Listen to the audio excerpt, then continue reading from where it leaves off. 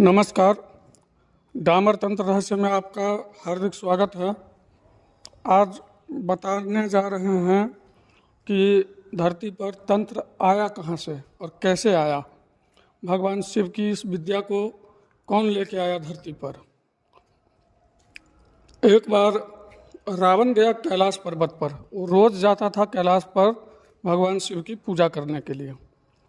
उस समय भगवान शिव माता पार्वती को तंत्र का ज्ञान दे रहे थे, तंत्र की विद्या सिखा रहे थे। तो भगवान शिव माता पार्वती के पति भी हैं और गुरु भी हैं। उन्होंने तंत्र का ज्ञान माता को देना शुरू ही किया था कि रावण पहुंचा और छुप करके वो सुनने लगा। बहुत हद तक तो वो सीख गया विद्या सुन करके। इसके बाद जब पूजा करने के लिए वहाँ गए तो पूजा के उपरांत रावण ने बोला कि माता से आपने जो जो विद्या सिखाए हैं वो विद्या हमें भी सिखाइए। भगवान शिव का परम भक्त में से एक रावण भगवान शिव आशुतोष रावण को विद्या सिखाना प्रारंभ कर दिया, सिखा दिए। अब जब रावण आया वापस लंका तो रावण ने क्या किया, उसको ट्राई किया कि देखें इसको चला करके कि चलता है या नहीं चलता, काम ये कैसे करता है। तो रावण ने ट्राई किया और उसने स्वर्ग की अप्सरा को ही मार के धरती पर गिरा दिया। अब स्वर्गलोक में, इंद्रलोक में खलबली मची कि भाई ये कौन सी विद्या का प्रयोग कर दिया जो स्वर्ग की अप्सरा मर के धरती पर गिर गई है। इंद्रदेव जो है भागे बृहस्पति देव के पास, देवगुरु बृहस्पति देव के पास गए तो देवगुरु बृहस्पति ने कहा कि ये रावण का करतूत है। रावण ने अपना इस विद्या का प्रयोग किया है जो कि भगवान शिव से सीख करके आया है। फिर देवगुरु बृहस्पति ने उस अप्सरा को जीवित करने का उपाय बताया और तो अप्सरा को तो जीवित कर दिया गया, लेकिन इंद्रदेव अब ललायित हो गए कि भाई ऐसी विद्या है जो स्वर्ग की अप्सरा को मार के धरती पर गिरा दिया, तो ये विद्या हम भी सीखेंगे।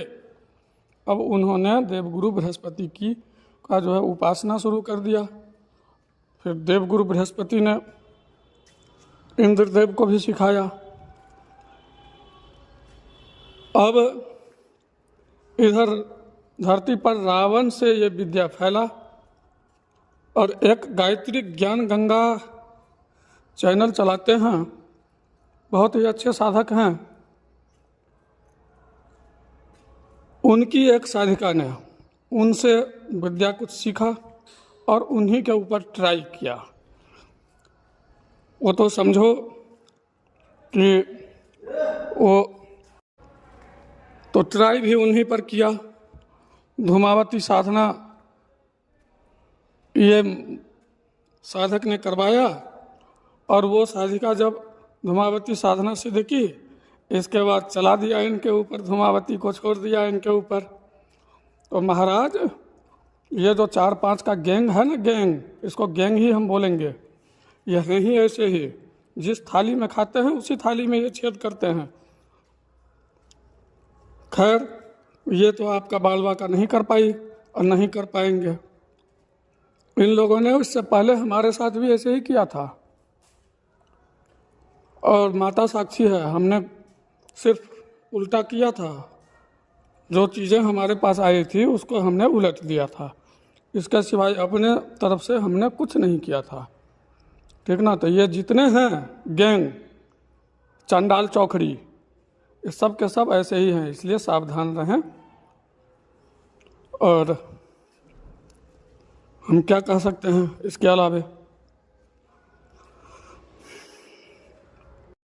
ये लोग जब आशीर्वाद की जरूरत पड़ता है तो बोलेंगे कि गुरुजी हम आपका चरण नहीं छोड़ेंगे, इस जन्म में तो नहीं छोड़ेंगे।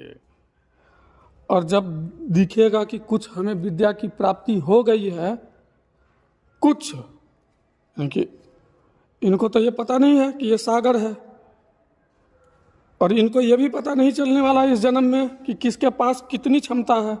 इस चीज़ की अंदाज़ा इनको नहीं लगने वाला है, क्योंकि कोई भी गुरु पूर्ण रूप से जो सटीक क्रियाकलाप है वो नहीं सिखाता।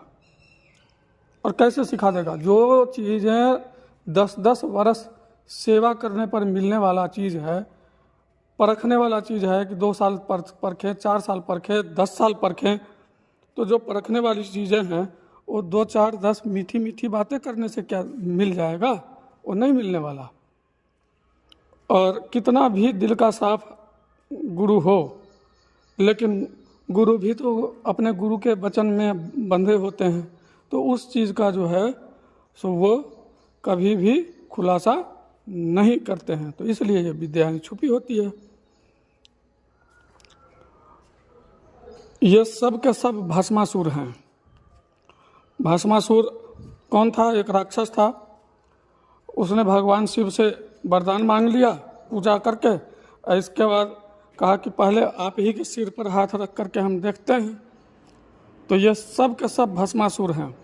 जिससे ये विद्या सीखेंगे उसी का सत्यानाश सोचेंगे, लेकिन इनको ये पता नहीं है कि खुद का नाश हो जाएगा, हो रहा है, और धीरे धीरे धीरे धीरे हो जाएगा। ये बात ध्यान रखना, धीरे धीरे सत्यानाश हो जाएगा, कोई नहीं बचा पाएगा। देवी देवता का बाप नहीं बचा पाएंगे, कर्मों के फल से कौन बच पाया है? कोई नहीं बच पाया है, और नहीं बचोगे। तब तक के लिए नमस्कार। जय माता पितामृत, जय गुरुदेव।